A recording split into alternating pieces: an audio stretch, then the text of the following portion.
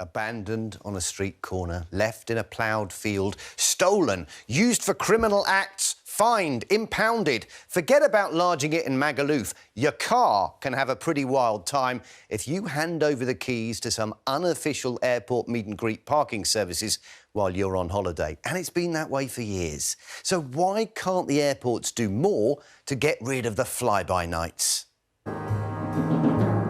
When you've booked in your car with a meet and greet at the airport, you might meet someone like this. Hiya. And alarm bells may start to ring. But you've no option but to trust them, especially if you've got a plane to catch. I have no idea who that guy was. You know, I've been doing stories about meet and greet parking companies for years. But recently, it feels like it's really taking off again. There are loads of companies advertising parking deals online, and landing on one that will take good care of your car can be tricky.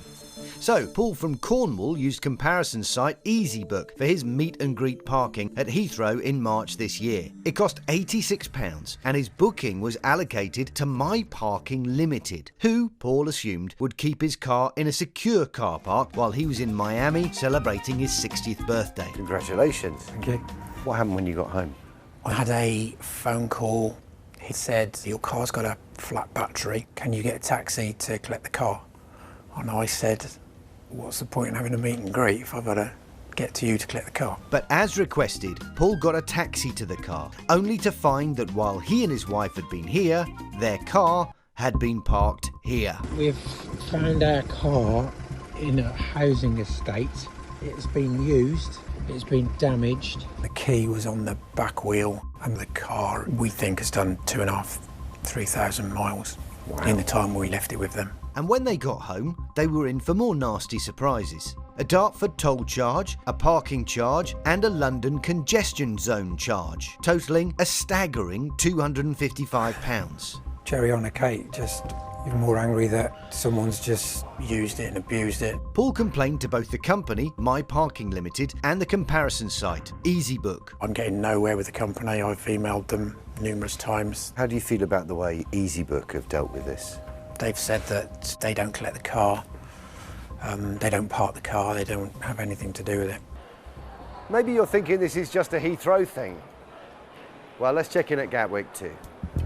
We've heard from loads of unhappy Gatwick parkers, but there's one company, 365 Valet Limited, that appears to offer a one-way ticket to the Watchdog inbox. When we returned from holiday, there was a car park bill of £360. My car was in North Terminal car park, but to get it out, I had to pay £90 in addition to the £90 I'd already paid the company. When we arrived, 365 told us the car was lost, and in total, the car was missing for 13 days, and we had to find it for ourselves.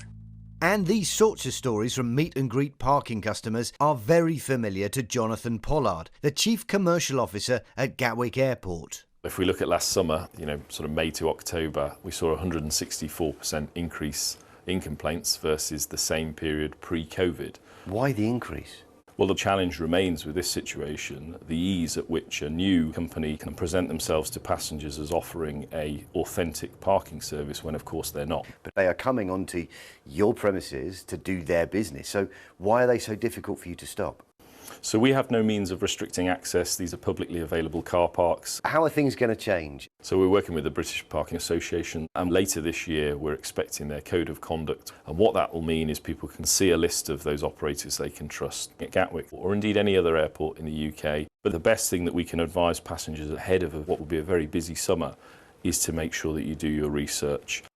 We contacted the comparison site EasyBook, and it said it works as a booking agent and doesn't provide parking services itself. We also contacted My Parking Limited, and it said it did not collect Paul's car and has no connection to whoever did, which unfortunately is still a mystery to Paul. It claims that Paul called a number he'd received calls from to arrange collection, and this wasn't the number on his confirmation email. We also contacted 365 Valet Limited regarding the Gatwick complaints, but it's not responded. The meet and greet runaround has been going on for far too long. When you hand your car over at an airport, you should know who's got it, where it's being kept, and that it's going to come back safe. Where's this bloke got to?